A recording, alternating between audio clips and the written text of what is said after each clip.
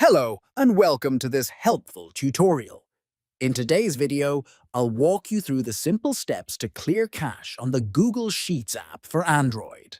If your app is acting slow or not updating properly, clearing the cache can help fix those issues quickly. Let's begin. First, open the Sheets app on your Android device. Tap on the three horizontal lines located at the top left corner of the screen. From the menu, scroll down and select Settings. Inside the Settings menu, look for the option labeled Clear Cache and tap on it. A confirmation box will appear. Click OK to confirm that you want to clear the cache. After clearing the cache, the app may run more smoothly. You won't lose any of your saved files or documents. And that's it. Clearing your cache can help improve performance and fix minor issues. Thanks for watching.